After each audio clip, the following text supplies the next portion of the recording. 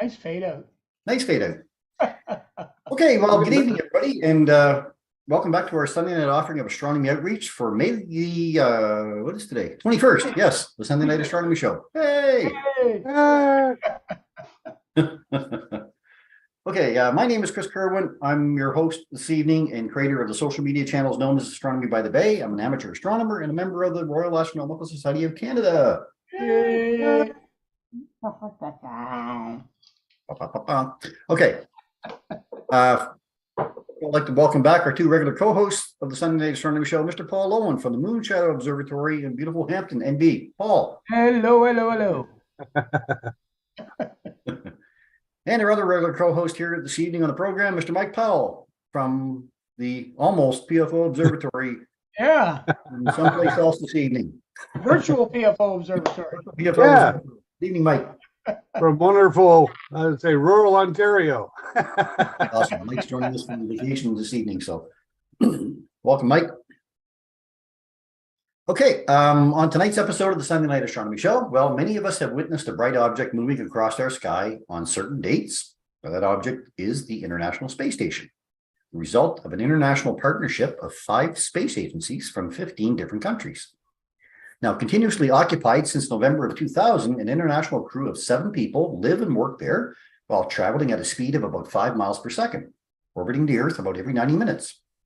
Sometimes more are aboard the station during a crew handover.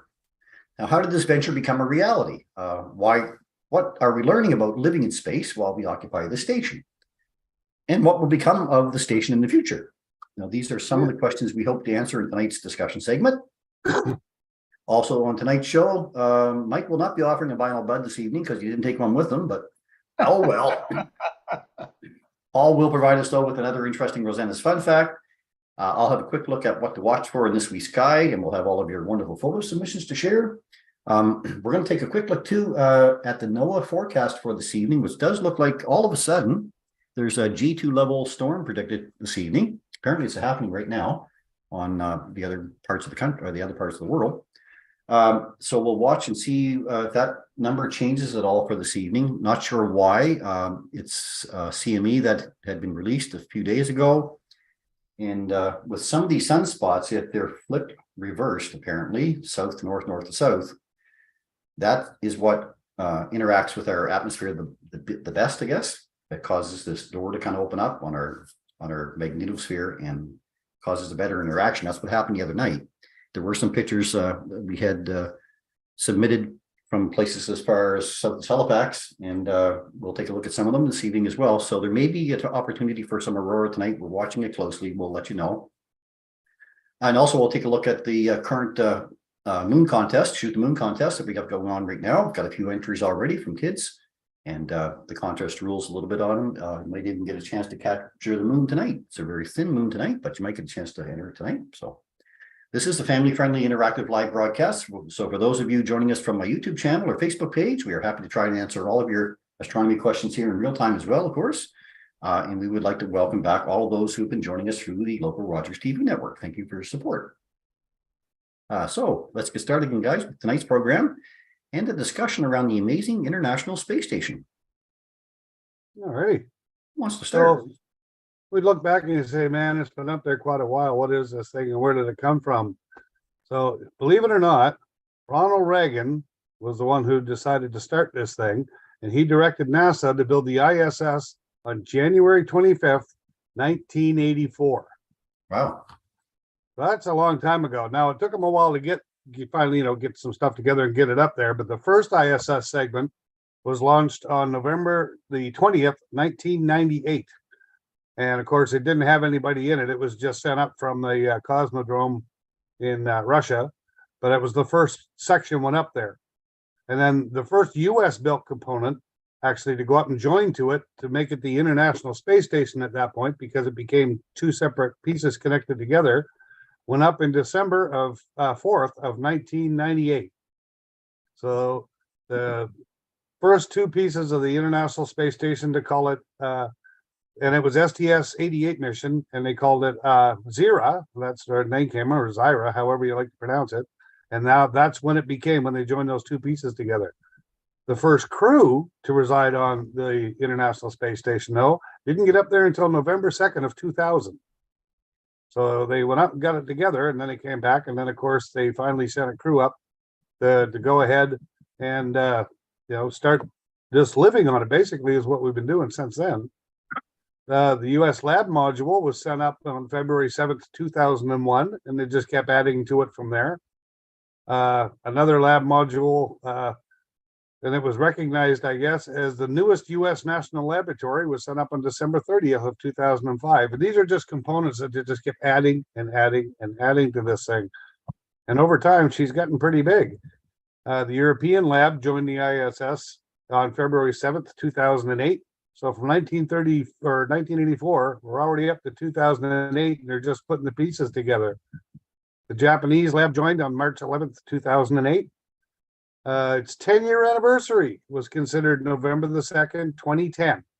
Yes, sir. So that's basically where you were starting to get the beginnings of it and all of that good stuff. NASA issues what they called as a cooperative agreement in order to make it the International Space Station, was actually in February of 2011. And we just kept going from there. The first National Lab research flight went up in September of 2013. And of course, from there, it is what it is today. We just keep sending people up. We've set a lot of records since it's gone up there, the longest person in space, if I'm not mistaken. And who knows, there was a husband and wife were sent up there. So there may be a few other firsts that may have happened on the space station that we're not quite sure of. 400-mile high club. Yeah. Yeah. But that's just a few initial facts of where she came from and when she went up and so on and so forth. Awesome. First space divorce. Yeah, it might be too. Yeah.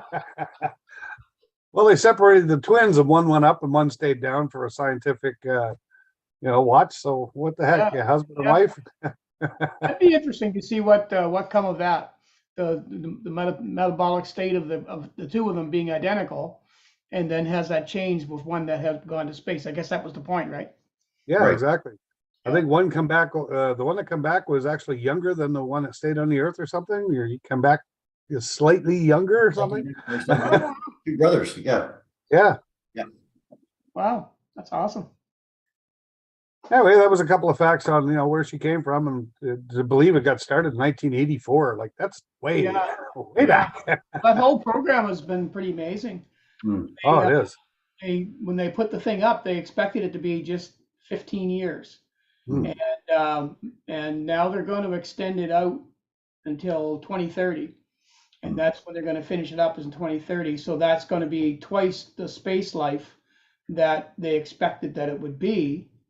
And when it comes time to disassemble, because that's what they're going to do with it eventually, is they will disassemble it, because this thing now is the size of I think it's 4 football fields. That's a monster, eh? It's just super huge.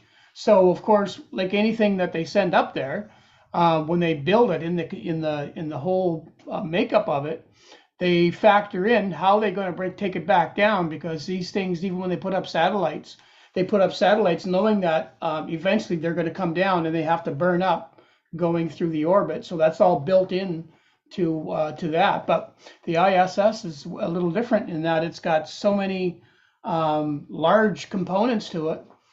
And some of the stuff, by the way, they're going to be keeping up there. So as they build other stations and other things that they're going to be doing in space, a lot of the things that are up there, they're going to be taking and putting on other projects.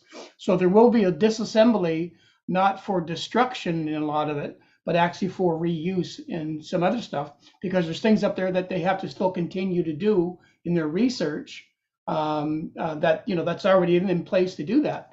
So anyway, so that's one thing that was interesting. The other thing that I guess we never think about, we talk about it a lot, but it's when what happens when how fast that thing goes around the Earth. So it's going around the Earth, and it's got 16 sunrises and sunsets a day as it goes through it. So what happens with the wear and tear, I guess, and I never thought of it until I started reading this article, is that there's half the time it's in the sub-freezing temperature. which is extremely hard on the device. And then then all of a sudden there's the opposite. It's basically exposed to a lot of the sun's abuse, if you will. So that happens 16 times a day. So so there's a lot of wear and tear that and marked up and whatnot, just based on those two things alone. And then of course there's other things to consider. Anytime there's space debris up there. I was reading one thing, I don't know if I have it here or not. Let me see. Yeah, so the rise of, I'll just read this little paragraph. The rise of flying space junk also poses unplanned and potentially catastrophic risk of the destruction. In 2016, a flyaway speck of paint chipped one of the windows of the ISS. So you can imagine anything more substantial than a chip of paint, the damage that it could do up there. So when you consider how long it's been up there, and I think they had one, it wasn't that long ago, that they were actually they put them on alert about getting them off there because they thought that there was some major stuff that was going to happen. So they had to be concerned about that, which was interesting. So I think as well that they could actually move this thing sometimes out of the way. Like you can change the altitude, something that big, and to go, okay, we'll just move it up another 5 kilometers or something to miss this piece of space debris. Exactly. So when it comes to decommissioning this, there is a spot in the ocean, and they call it the most central part of the ocean, where they're going to be bringing obviously multiple pieces of this down, because a lot of it is not going to burn up coming through the atmosphere, and they actually have to steer it down. So there's some of it is actually going to have to be pushed down so that it will actually catch on the orbit so it can come back in, and so that it can go down into there. But when they're doing that, these things are all potentially planned. They're not, there's been no works, this hasn't actually been a working model yet, but that's what they have to work at. But I mean, they've got here we are 2023, another 7 years before they even go up to start to do a disassemble. So by then they'll have that kind of figured out. So we don't know what's going on with the Russian portion of it yet. The way it is now, it's going to be a disconnect, but who knows in the next, few years what's going to happen with those guys. So let me see, something else here that I want to cover. So if in the planned controlled deorbit operation of the ISS, newly built modules will first detach from the main structure and remain in orbit to eventually recombine as parts of future space stations. And the ISS will then be gently decelerated by onboard thrusters, causing its orbiting altitude to gradually lower over the course of a few months. And the remaining descent will be more rapid, but controlled by a series of spacecrafts sent to attach and steer the structure as it begins to plummet towards Earth. So they've got all of this in mind, and they already know what they're going to have to do with that. So the new era portion of this is, and I'll just read this little article. Before complete deorbit in 2031, the ISS will first undergo a transition phase to sustain the crucial scientific research currently being conducted and to form the basis of new industries in space. Jeff Bezos, the Blue Origin, recently announced plans to replace the ISS with the company's privately operated space station. So these plans, I'm putting something up there. Other key players include Northrop Grumman and Axiom Space, partnered with SpaceX, which have contracted to start building modules off the existing ISS as early as next year. And so there are plans for the Russian space station, which is likely to comprise of modules detached from the existing ISS. So Mike, like you were saying, Mike, earlier before we come online, that they were going to come and take some of their toys and go to another part. So that's kind of what they're going to do. And at present, NASA and its partner agencies oversee the use of the jointly owned infrastructure and are consulted on operations due to their governing expertise. However, times are changing, and NASA now purchases seats on board spacecraft owned by SpaceX, we knew that, ultimately NASA will become just another customer of commercial operations. Interesting, hey? Yeah. So that was just some of the research that I came up with today, and I found it really quite interesting. NASA, I think NASA has to become or like a partner, but not the main player in a lot of these programs. Oops, I just spilled my coffee. In a lot of these programs, because their mission is really science exploration, right? It's exploration. It's not running a Not building rockets and getting things up. building rockets. That's right. What they can find out when they're up there. Right. Their goal is really to have someone else, produce the rockets so that they can use that information. Yeah. Space tourism is going to be upon us before we know it. People are going to be going up and spending weekends on on a hotel in space, right? Yeah. It's coming. Yep, for sure. I'm going to the Caribbean this weekend. Where are you going? I think I'm going to the moon. Yeah. There you go. Yeah. That's right. Not gonna be that far off, I don't think. Don't drop your hammer and feather. I don't know if that's going to happen in our lifetime, but No, the next generation it certainly will. Yeah. Oh yeah. For sure. You might see the fact of something orbiting the Earth with some kind of a hotel type of feature, or at least some type of thing that you can do a tourism venture on. I think that might happen in our lifetimes. Yeah, I think Stefan's working on that now. Yeah. Yeah. Just make it so the balcony doors don't open, right? Okay, I'm going to try. Thanks, Paul. I'm going to get into a little bit of the present day stuff here. Mine's actually a little bit of a presentation, I guess about 10 slides or so. So just, and there's a couple of short videos on it. I can bring that up. Right screen. I'm going to share the screen that we're sitting on right now. And I think I can bring it up over there. We'll see. Slideshow from beginning. See where it goes. There you go. There it is. You got her. Okay. Yeah. So the ISS. Oh, hang on. I want to go back out of that again. Sorry. I got to stop share because I want to get some sound on there. Let's share some sound. Optimize for video clips. Okay, let's try again. All right, present day ISS. Let's see what I got. Okay, so I'm just going to have a little bit of a listen here. The International Space Station is a You guys hear that state-of-the-art okay? microgravity Yep. lab that is unlocking discoveries not possible on Earth and helping us push farther into deep space. Every single day, we are answering big questions about Earth and about space, about where we came from and about where we're going. But the other thing that we're doing is we're learning more questions to ask. Microgravity turns almost everything we know upside down. Liquids behave completely differently. Fire burns in new ways. Biological systems reveal surprises. There's a few things that have made me gasp out loud up on board Space Station. Watching heart cells actually beat has been a pretty big one. We're studying ways to grow food in microgravity. I got to tell you, these are pretty amazing. We're learning how human bodies react to life in space and how to keep crew members safe and strong on long-duration exploration missions. Deadlifts are awesome on Earth. They're also awesome in zero gravity. We're testing technologies that will be critical to our return to the moon and Great Leap to Mars. Our research has contributed to medical and social benefits on our home planet, allowing us to find new ways to combat disease back on Earth and develop technologies to deliver clean water to remote communities in need. The spectacular vantage point of more than 200 miles above our planet supports our monitoring of Earth's climate, natural disasters, and plant life.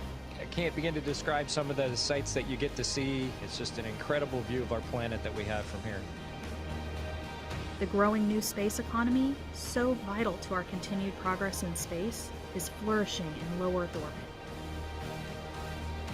We're inspiring future generations from a platform that is one of the largest international collaborations of our time. We're doing science at 17,500 miles per hour. Come along for the ride.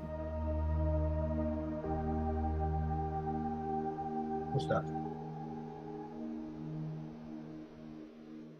Okay, we'll go on from that to this one. So some facts about the ISS. Now, the ISS is supported by an international partnership of 5 space agencies from 15 different countries. The space station has been continuously occupied since November of 2000. Now, international crew of 7 people live and work while traveling at a speed of 5 miles per second, orbiting the Earth every 90 minutes. Sometimes more are aboard the station during a crew handover, which is happening right now, actually. In 24 hours, the space station makes 16 orbits of the Earth, traveling through 16 sunrises and sunsets. The acre of solar panels that power the station means sometimes you can look up in the sky at dawn or dusk and see the spaceship flying over your home, even if you live in a big city. Now, you can find sighting opportunities at spotthestation.nasa.gov. You can download that and get an app too for that. The living and working space in the station is larger than a 6-bedroom house. It has 6 sleeping quarters, 2 bathrooms, a gym, and a 360-degree view bay window. Now, to mitigate the loss of muscle and bone mass in the human body in microgravity, the astronauts have to work out at least 2 hours a day, and more than 50 computers control the systems on the space station. A few more facts. The space station is 109 meters end to end. 13 kilometers of wire connect to the electrical power system aboard the space station. And the 18-meter robotic Canadarm2 has 7 different joints and 2 end effectors, or hands, and is used to move the entire modules, deploy science experiments, and even transport spacewalking astronauts. 8 spaceships can be connected to the space station at once. And the spacecraft can arrive at the space station as soon as 4 hours after launching from Earth. Now, I want to go to one quick link here. I don't know if it's going to let me do it or not. We'll try it. It might bring up another screen, but I think it's going to. And sorry, right now it's interrupted. Actually, what I was trying to do was show you a live feed. I can bring it over here to the screen, I think. Maybe I can, maybe I can't. No, anyway, that link was going to take us to a live feed of the space station. But that is a link. You can go to YouTube and go to NASA's live feed of the ISS. Right now it's in the nighttime part of the sky, so it's not showing anything. What's happening on the ISS? Well, this past week, crew members aboard the International Space Station conducted scientific investigations during the week of May 15th that included studying the behavior of protein solutions, testing technology to monitor astronaut sleep quality, and examining the effect of exercise regimens that do not include a treadmill. Some of the discoveries from the last 20 years. Well, years of research have helped with what we now know about the Alzheimer's disease, Parkinson's disease, cancer, asthma, and heart disease, and the treatments for each of those conditions. Protein crystal growth experiments conducted aboard the space station have provided insights into numerous disease treatments, from cancer to gum disease. The space studies have contributed greatly to our knowledge of bone and muscle loss in astronauts and how to mitigate those effects. But this knowledge gained also applies to people on Earth dealing with diseases such as osteoporosis.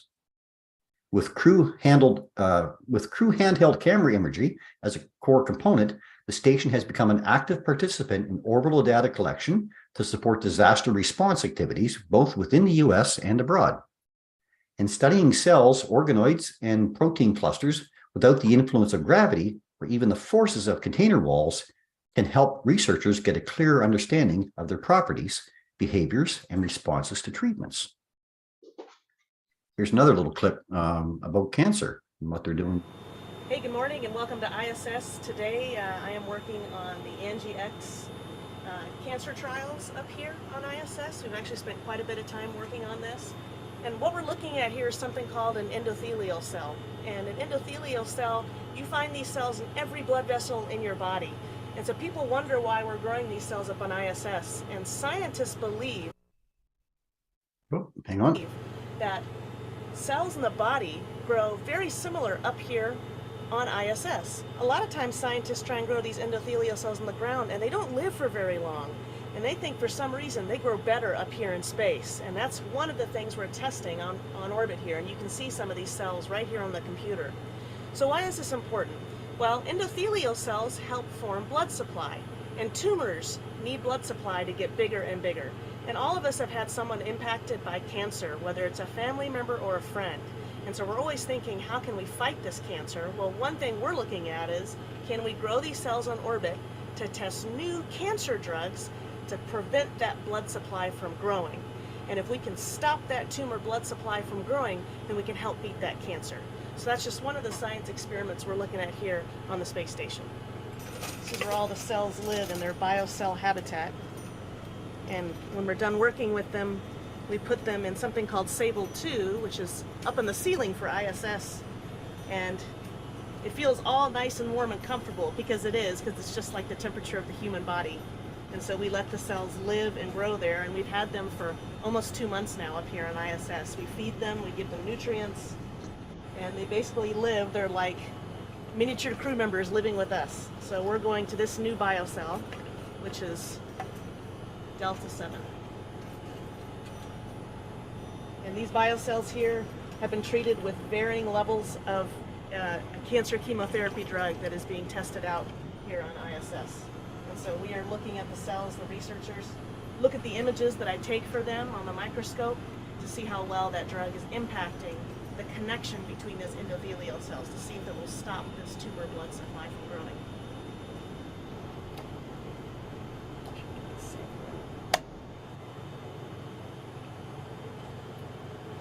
Make sure that's level. Main position for forest and face slider at the leftmost position for the first image.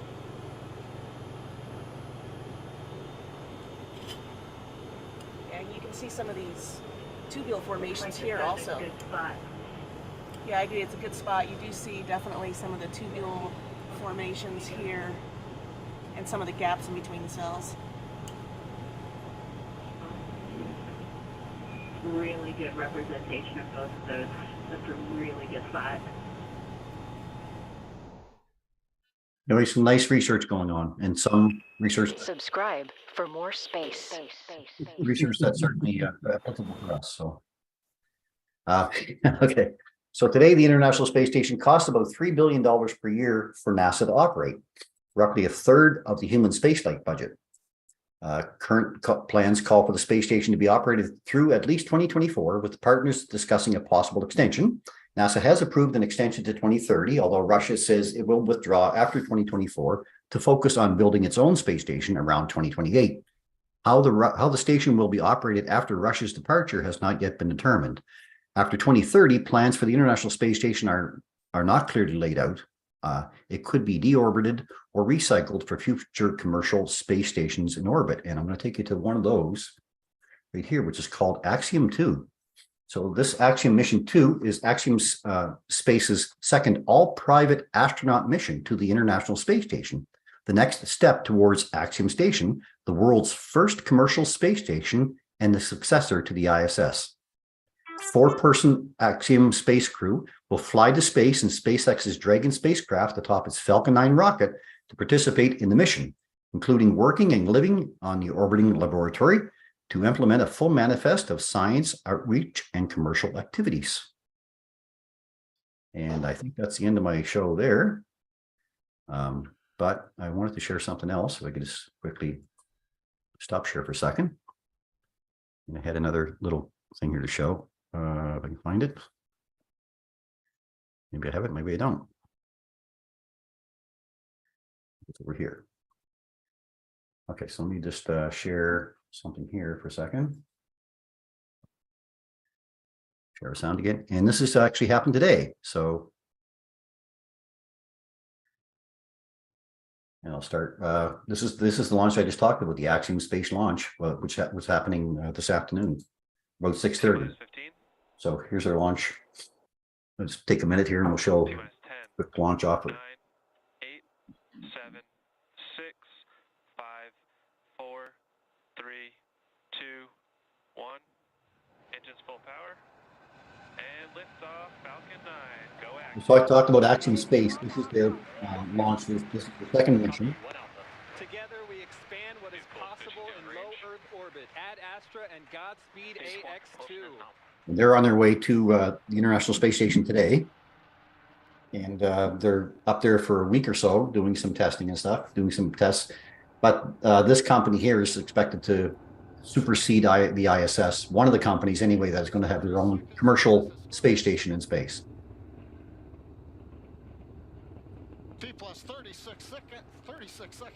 We need launch to watch just around 6:45 this afternoon. Power telemetry is nominal. Stage 1 throttle down. Power telemetry nominal. They do this right. I'm going to move it ahead here till we get to the landing. And this is their booster coming back. It actually had to go through 3 burns before it landed up at. The next trajectory call out from the guidance officer. Dragon, SpaceX burn. After that engine cuts off, second stage will coast There's for a few landing. minutes. We're going by the landing. Dragon. Stage 1 boost back shut down. Yeah, I'm just moving it ahead a little bit, here at a time. Make those call outs that we want to hear. Everything continuing to look good. There they are. And the crew echoing them right back down. We're almost to the landing. Earth coming to us from these Here it comes. stage views on the right-hand side. I just like these because they do it so well. Once again, So there's the marker. this booster is attempting a landing at LZ1. Stage 1 transonic. That booster is now traveling near the speed of sound. Live view coming to you from one of our tracking cameras. We can see the grid fins actuating to help steer the booster down. Stage 1 landing burn. Stage 2 FTS has saved. Standing by to... Stage 1 landing leg deploy. That's how you do that. Every time.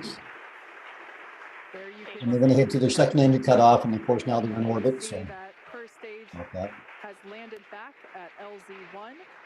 Pretty neat to watch that stuff. Yeah, it's pretty cool. That's what the future is heading, guys. As you mentioned, Paul, private companies starting up their own commercial orbiting space station. So, and I think that's where NASA really has to be anyway. Yeah. Well, they're perfecting that whole getting up and down so well now. Right. Oh, yeah. Now, there's a few flubs here and there, but they'll get that. But yeah. Typically, their success rate is really starting to really good high out there. So yeah, that's right. Yeah. So I mean, really, it's done an amazing job over the last since 1984, I guess, but the last 20 years of it being up there. There's still lots of science happening up there. There's lots of research going on. Lots of companies are buying for time in order to have astronauts looking at their research. You know, studies like cancer, perfect. I mean, this is if this is going to help them develop new drugs and new treatments for diseases here on Earth, and it pays for itself, I think. So yeah. It certainly helps humanity in a lot of ways. So it was one of the experiments I watched a YouTube video on that really blew my mind, and it was they let it fly out of a cage, and flying in zero gravity was messed up. It didn't know what to do or anything like that. Then they let a bee out. And the bee learned instantly that it just zip your wings for a second and float till you got to get to where you're going and go zip and stop. And the bee picked up on it like almost instantly. Yeah.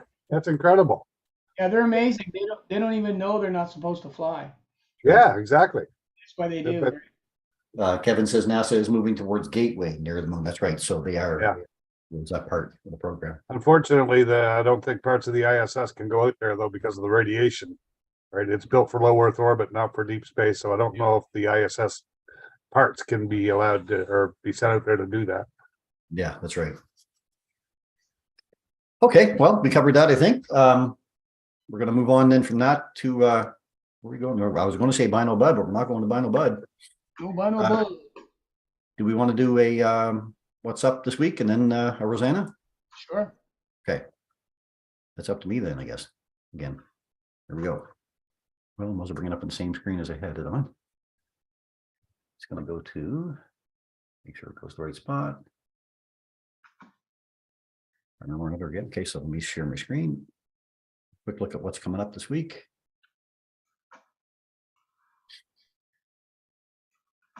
And I'll go from, oops, I'm going to go from beginning. Here we go.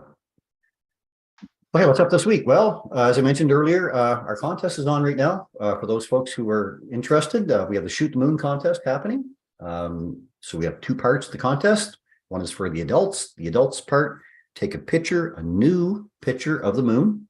I will know if it's new, because if you send me a full moon picture and it's only 1 day old right now, I know it's not a new picture. And the idea is, of course, to get out and enjoy the view of our celestial neighbor while you're taking a photo. So the contest closes on June the 5th at midnight. That's the last night that the moon rises before midnight. So we've got a couple of weeks here, at least a couple of weeks to get some photos in. So for the adults, take a new picture of the moon, send it into my address at astronomybythebay@gmail.com. And I have another section of the contest as well for kids. And the kids is basically draw an image of something that you might see through a telescope. So it can be a planet, it can be the moon, could be aliens, doesn't matter, stars, whatever you'd like to see. Have your parent or an adult take a picture of your drawing and send it into the same address, astronomybythebay@gmail.com. And I'll collect all the entries, and we're going to have our draw on the, I think it's the 11th of June, which is the week after the contest ends. And here are some of the prizes. So we've got, there is a $100 gift card that's not in this particular spot, but a $100 gift card to one of the dark sky destination networks that's covered by Cliff Valley Astronomy. There are several games here as well. Like there's a board game, there's a puzzle, magnetic board game. Got some kids books here as well. The Night Sky Atlas. These are the 3 adult books. These are really nice, about a 50-page book. Lots of detail inside them for viewing the planets and viewing what's up in the night sky. Glow in the Dark constellation books. There are 2 of these for kids. There's the 2023 Night Sky Almanac by Nicole Morladero. And we have 2 telescopes here, 2 child's telescopes.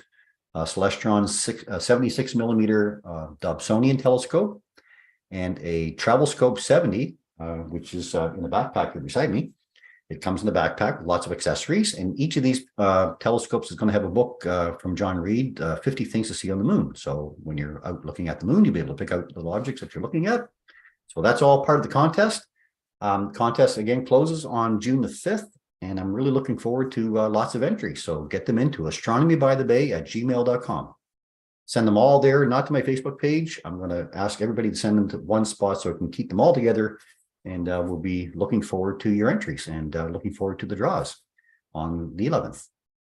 Okay, so from there, let's get to what's up this week. Monday night, tomorrow night, the moon is actually making a nice appearance past in our evening sky over the next few nights. So actually tonight, it's a very thin moon. But tomorrow evening, our moon will join Venus. It's going to visit Mars and Venus earlier this week. Look for a waxing crescent moon as it greets the brilliant Venus in Gemini tomorrow evening. And on Tuesday night, watches our thin crescent moon with Earthshine, visits the star Pollux in Gemini. Now, Pollux is the 18th brightest star in our sky and is about 34 light years from Earth. Following there, we get to Wednesday, we have the moon and Mars together. On Wednesday evening, our moon continues its journey eastward against the stars as it visits the red planet Mars. Mars has been hanging around in our evening sky for some time now and will continue to be visible until at least September. So it's not really out of sight at all yet. Very tiny though. Now on Friday evening, we can look for a crescent moon as it greets the bright star Regulus in Leo. Now Regulus appears as like a singular star, but it's actually a quadruple star system composed of 4 stars that are organized into 2 different pairs. The system lies about 79 light years from Earth. On Saturday night, we have our first quarter moon. It reaches first quarter phase at 12:22 p.m. Atlantic time on Saturday. Now, the first quarter phase is the perfect time to check out the many wonderful features on our celestial neighbor. Follow along that line that separates the day and night on the moon that we call the Terminator line, that line right there, and to see what can be revealed with just a small scope or even binoculars. And on Saturday, we've got the lunar straight wall. That should be Sunday, sorry. Sunday evening, you can catch a unique feature on the moon, the lunar straight wall. Rupus recta, which is what it's called, also known as a straight wall, is the most curious linear feature, roughly on a vertical center line of the moon's face, about 1/3 of the way up from the southern pole. It is easily seen with a small telescope when the lighting is just right. Now, one day after first quarter moon, the rising sun makes it cast a dark shadow to the west, giving the impression that it must be a very massive high cliff. As the moon reaches its last quarter phase, though, the sun illuminates the straight wall from the other side, causing it just to appear bright. That's just a trick of light and shadows on the moon. So it's really just a gentle slope, but it looks like a very steep cliff. It's one of the features on the moon. Also, I'd like to get to Lisa's Lookup. Lisa puts up this great chart every month for us, and I refer to it quite often. You can follow Lisa at Lisa's Lookup at Ruby Moonbeams on Instagram, Twitter, Mastodon, and Facebook. Lisa lists the event, the date, and the peak times of the event, and the seeing tools, what you would need, naked eye, binoculars, or a telescope. So you can follow Lisa at Lisa's Lookup. And this is our St. John Astronomy Club Raskin B monthly calendar, 6-week calendar, I guess there, which covers all the events that are coming up over the next little while, right up till June the 17th in this case, which is our first star party of the year at Kujapaquak. So that's what's happening this week in this week's sky.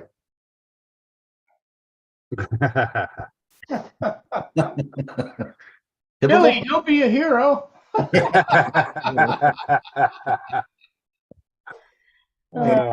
Billy spends his money wisely. Billy does, yeah. Anyway, okay. How about from there, we'll go to a nice Rosanna's fun fact. All right, we'll try that. Let's see if I can do all this in one grand swoop, as it were. 1 second. All right, and Second, Paul. Yeah, here we go. This is this week's Rosanna's Fun Fact. Welcome back again, Rosanna, for another wonderful fun fact on this great Sunday night. So let's just jump right in. So Rosanna writes, hi, Paul. Let's talk about things that go bump in the night. There probably isn't anyone who hasn't been woken up from sleep or maybe is even up watching TV when a weird bump or whomp is heard somewhere in the house. This results in a pause of confusion. And what was that? Unless the whomp happens again, as in the raccoon trying for a second time to empty the bird feeder off the deck, my personal experience, many times the mysterious sound remains unsolved. However, on May the 8th, no one was around to hear an amazing bump in the daytime. And Susie Kopp stopped by to check her dad's house in Hopewell, New Jersey, and was surprised to find a mango-sized rock in his bedroom. The rock had gouged the floor. So, more surprisingly, when Susie looked up, she found not one but 2 holes in the ceiling. She called the police, and a hazmat team arrived to inspect the rock for radioactivity. A brilliant fireball sighting had occurred just 15 minutes before her arrival. The police called the local assistant professor of physics, Shannon Graham, to come check out the rock. Graham and his colleagues identified the rock as definitely a cosmic traveler. The meteorite arrived with the average force of one that size, traveling between 200 and 250 miles per hour. The force of its collision with the roof had the house caused a ricochet effect of hitting the floor and then going back up through the ceiling before finally coming back down to rest on the floor. So, quoting from Sky and Telescope, this is a quote: the first analysis indicates it's likely an LL6 chondrite, a stony meteorite with low iron content that frequently displays a cement-like color when it's fresh. A thin rind of fusion crust from atmospheric heating covers much of the outer surface. At some point on the way down, and certainly after piercing the roof and hitting the floor, pieces broke off to expose the rock's interior. Like almost all meteorites, chondrites date back to the formation of the solar system some 4.6 billion years ago. So this is a very old rock. Susie said that the rock felt warm to her when she first touched it. That is unusual, and the meteorites arrive cold due to their long travel through space. Since this rock arrived May the 8th, there was some speculation that it could possibly have been related to the Eta Aquarid meteor shower, which is happening at this time of the year. Meteors in the shower derive from dust released by Halley's Comet during its cycle, or during its cyclic, I have a hard time with that word, visits to to the inner solar system. Now let me just flip that one. So there we are. So there's the approximate path of the incoming meteorite that had come in, and there's the radiant of the aquinids. And so facing southwest from Union, New Jersey at 12:20 p.m., May the 8th, 2023, with the Eta Aquinids radiant shown. And that, of course, is that red dot right there in the center. So it entered the atmosphere traveling east to west at the time of entry. The radiant of the Eta Aquinids, the spot in the sky from which meteors emanate during the shower, stood about 20 degrees high in the southwestern sky, directly opposite of the meteorite's arrival trajectory. So interestingly, not a single meteorite of the 71,688 classified and named meteorites have been shown to originate from a meteor shower. That's interesting. So the map here shows the meteorite's approximate trajectory and strewn field. Dedicated meteor searchers have descended upon Hopewell looking for stray bits. So the locals of Hopewell, are already calling the rock the Titusville meteorite, naming it after the nearest post office. I did not know this, but apparently it is a common misconception to name the stellar traveler after the nearest post office. There you go. A 12-page document entitled Guidelines to Meteoritic Nomenclature, put out by the Meteorological Society, will help guide the finders to name that will be accepted by the society. Now, one term that can be applied to this recent rock is the hammerstone. The word is used to describe any meteorite that hits a human-made structure. There we go. Here, let me just make that a little bit bigger. So there we go. So Mike Gilmer maintains a recent meteorite falls page called galacticSpaceStones.com, listing all the known witness falls of the 21st century. Most are hammerstones. Only one hammerstone is on record for actually hitting a human being, and that was Ann Hodges in 1954. And that's who we happen to be looking at. So Mike's website is great. Besides lots of information, you can also buy meteorites, crystallites, trinite, and other unique items in his list of recent falls. Led me to start looking for patterns and randomness. Now, wonder which month in 23 years had the most falls. You have 1 in the 12 chance of being right. Make your guess. Drum roll, please. Reminds me of the grid walls. It was July. Perhaps the year another month will break the record. So July is the most popular month for all of these falls. The average of hammerstones over the last 22 years is an 8.86 per year. And the year 2018 had most ever with 15, and in 2005 had the least with only 1. One could spend a lot of time having fun comparing the years, months, places, looking for the birth dates. Now, I could not find a map with 195 falls plotted on it, but I did find a map of every known meteorite that has fallen on Earth, supposedly all 71,688 of them. So there it is there. So, the green ones are the mass size. So the green ones would be up to 10 kilograms. Yellow ones from 10 to 20 kilograms. And some of them are even more than 40 kilograms. And of course, that would be the orange ones. So it's really quite an interesting map when you look at it. So the next time you hear a mysterious thud outside or inside or out, be sure to check it out. I don't know what it is, but it's a big, and I'm putting it on eBay. Oh my gosh, that's fantastic. And that is this week's Rosanna's Fun Fact. That's awesome. Fantastic. What a really, really interesting story she tells. And this one was pretty cool. Yep. And it's timely because actually this was on the news for a couple of nights, and Yeah. so I kind of watched that story. So when she brought it to our attention, and of course gave us a longer version of it, it's just really interesting to see all the stats that a lot of these meteor searchers are following. Mike, you probably know a lot of this stuff, but Yeah, amazing. And of course, we only see the ones that hit land. We don't see what hits the Atlantic, Pacific, you know, so there's so many more than what we actually find. yeah. Well, those, how many, 17,000 and some odd are just ones that we know of. So like you said, you were saying that if you were to take a bucket, and you can explain this myth, or this a thing, because it's really interesting if you did that, because all the stuff that will get into that bucket you would miss it anyway. But anyway, I'll go ahead and tell them what that's for.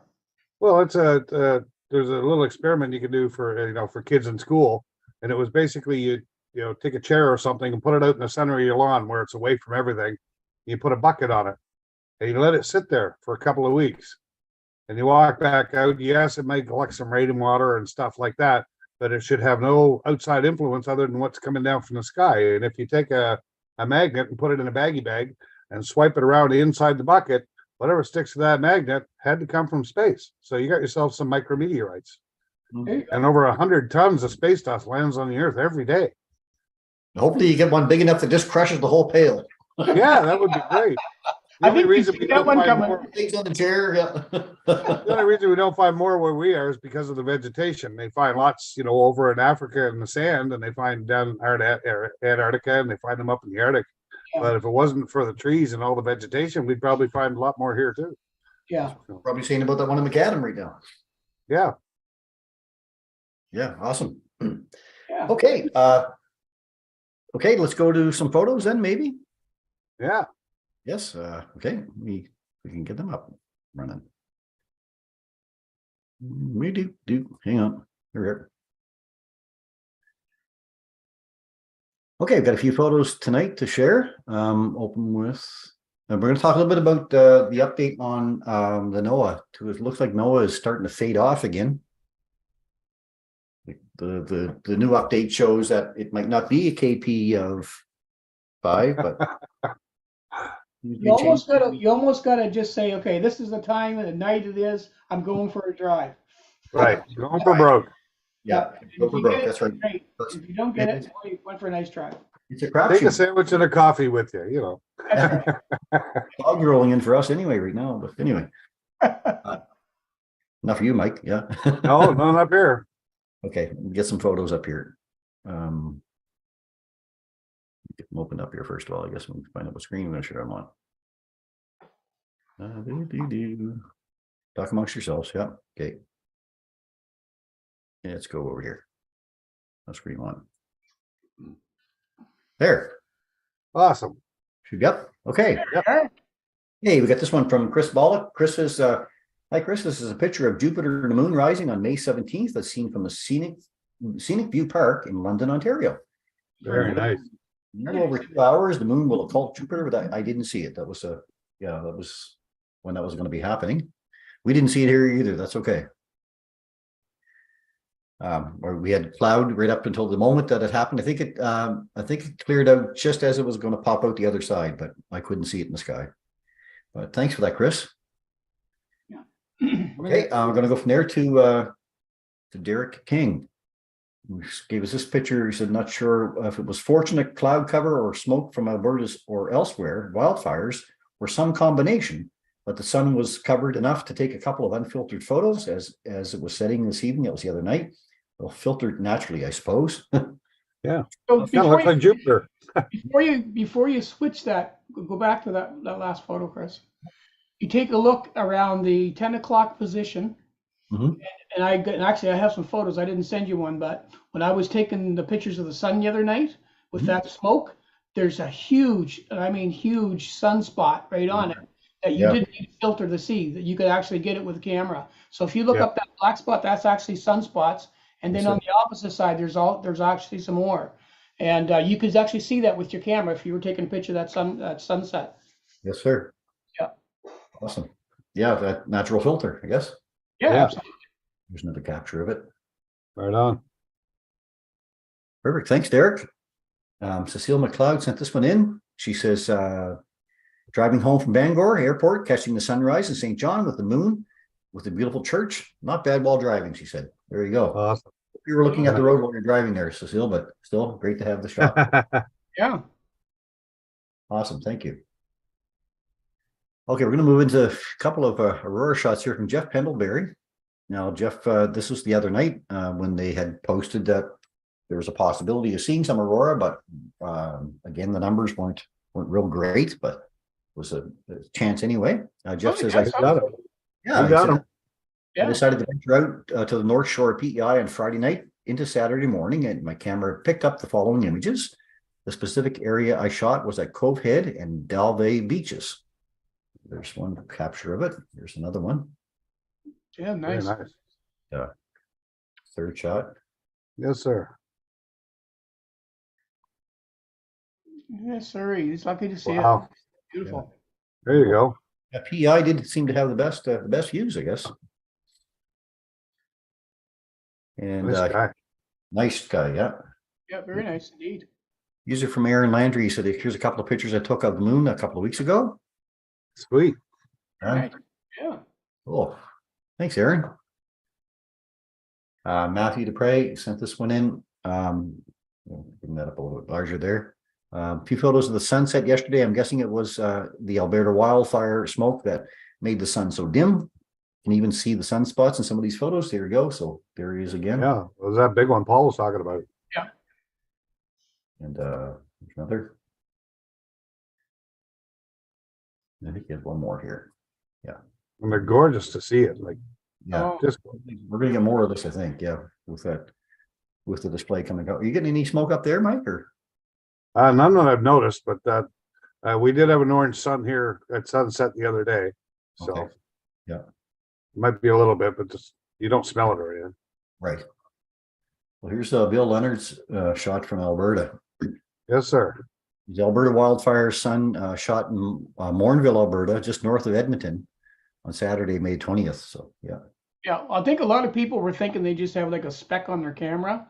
That big spot, because you can see it right there. Oh, it's a big sunspot. Yeah. Yes, sir. Yeah. It's huge. I'll show it to you there. I'll process it and show it to you sometime. Okay. Yeah. Awesome. And Warshawn sent this one in from Cavendish. No, a second. From Cavendish. His iPhone 12 Pro. Very nice. Oh, not bad for an iPhone. It's definitely Aurora. That was what was happening Friday night, I guess. Another shot here from this one is from Harry Bruce. He said we saw them in Trackety Beach, PEI. Awesome. Beautiful. And I know I'm going to get this name wrong. It's give me a second. It's Karushalia Rathnania. Okay, well, that's my best guess. Anyway, Cavendish PEI, Samsung S10, f1.5 ISO 3200 and 10 seconds. So wow. Wow, nice. Yeah. Yeah. Amazing job. What these phones will do now. Yes, sir. And here's some from Erica Baker. Oh man.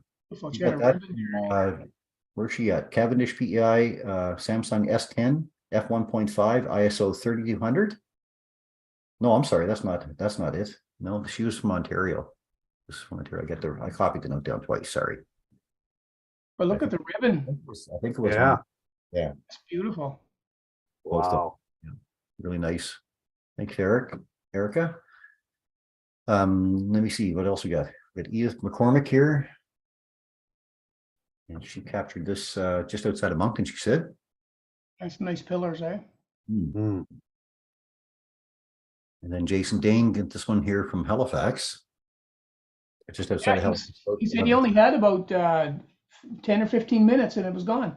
Yeah. Is that right? I think it's happening again tonight too, right? So it really wasn't like neither one of these is really a predicted storm. We didn't see a big CME on its way and great, there's something else happening. But there's a coronal hole right now that's facing us right now, which is kind of a spot that kind of opens up a bit of the sun's chromosphere, I'll say. And the solar wind can rush out at a higher speed. When that happens, there's more of it. It's a higher speed. And if the CME is ahead of it, it'll kind of drive that into us. It all depends on how it deflects off of our planet too, right? So the world isn't really a big call for it. That's why it kind of surprised me to see anybody getting any aurora the other night, because it wasn't anything that was saying it was going to happen. Yeah. And the same thing tonight. And I just before we went live tonight, I got aurora alerts on my phone. And then somebody emailed me or sent me a message, said, "I'm getting your alerts. Do you know what's going on?" And I really couldn't respond. So I didn't expect it either. But this is kind of the same thing, I guess, with Jason. He was capturing. David Hoskins captured the sun. Beautiful.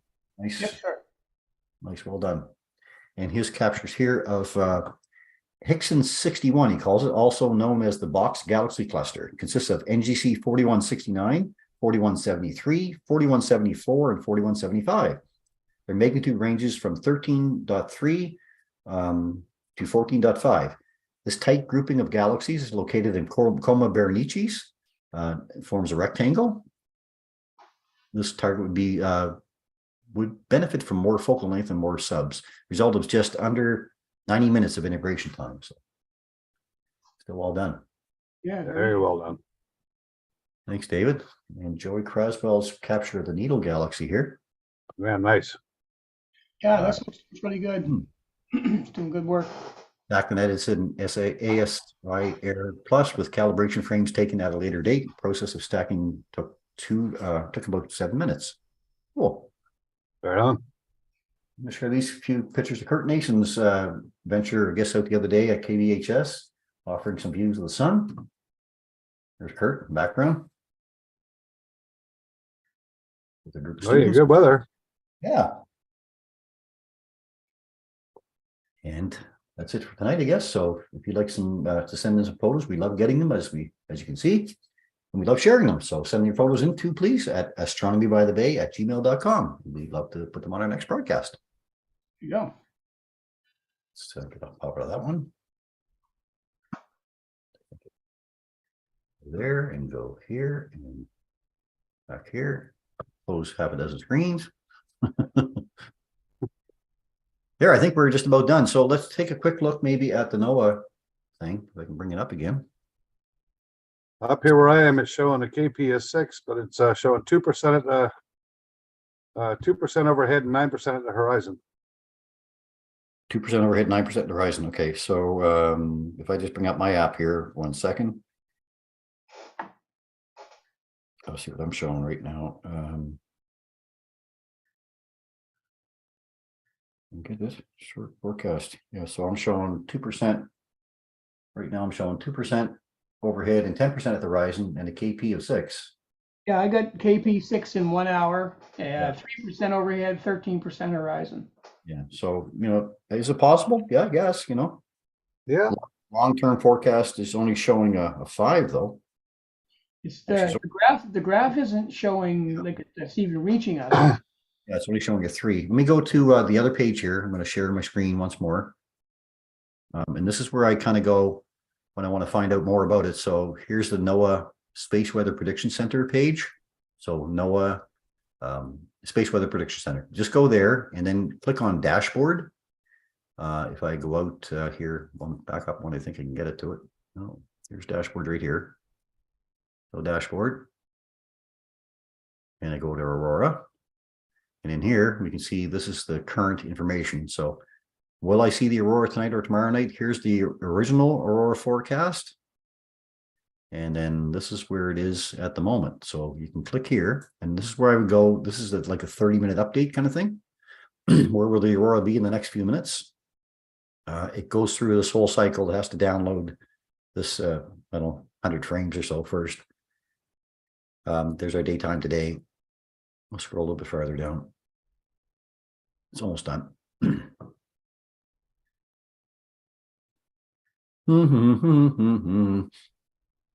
Anticipation. Okay, so there was a little blip right there. You can see that it kind of blipped all of a sudden, and then we're kind of drifting back to this again. So here we don't have any coverage at all right now, right? But if I back it up just a little bit, I think it was showing it right there. That was the day, right? And then it kind of disappeared. So whether is it there, is it not? I don't know. That's the forecast. That's the most recent forecast. And here's a planetary K index right now, 6. They're calling for out of a possible 9. So, but in the numbers here, we don't see much at all, right? So I don't know. It's a really tough call tonight, and I think it's as tough a call as it was the other night. So it's a crapshoot. It's a crapshoot, yeah. And you can take a chance if you're out in a dark area. Why not go take a look? Well, I mean, it's a holiday tomorrow for most. Yeah, that's right. So yeah, so it's holiday tomorrow. So you might get lucky enough. Yeah. We'll leave it at that. Hopefully, if you do get out, you'll get a chance to see it. And if you do, please share your photos. We'd love to see them. For sure. Okay. Yes. So then, I guess in closing tonight, then thanks again for all of your support. We do have 5 more shows before we take a summer break. We are going to take a break for the summer. We might maybe have one in July, maybe I'm not sure yet, but right at the moment we're not. We're going to wait until September till everybody gets back into the groove again for schooling and all that. But in the meantime, we have 5 more shows before we take a break. So if you do have any ideas on what you'd like to see or us to discuss on the next 5 weeks, please let us know. Send your information into astronomybythebay@gmail.com. We'll do our best to make it happen for you. Of course, a special thanks again goes out to Rosanna for her continued contribution to the show. Rosanna, thank you very much. Wouldn't be the same without you. Also, a special thanks goes out to Trudy and NB Storm and Weather Center, all the people out here that share our live feed for us. We really do appreciate it. Also hope that all of you who would join us from Rogers enjoyed the program tonight. And if you have any information or if you'd like more information about here, I'll get it working. Okay. Okay. If you'd like more information about the wonders of the night sky, you can contact one of these guys. At astronomybythebay.ca. Remember too, we do love getting your photos, so send them into astronomybythebay@gmail.com, and we'd love to have them on our next broadcast. And please let your friends and family know that we will be back here next Sunday night at 8 p.m. Atlantic time on YouTube and Facebook to entertain you on astronomy and the wonders of the night sky. So for now then, from Mike, Paul, and myself, wish you a safe week, lots of clear skies. Get your photos in for the contest. We'd love to see them. As we like to say, guys, open your eyes to view the skies and keep your scopes pointed up. Good night, everyone.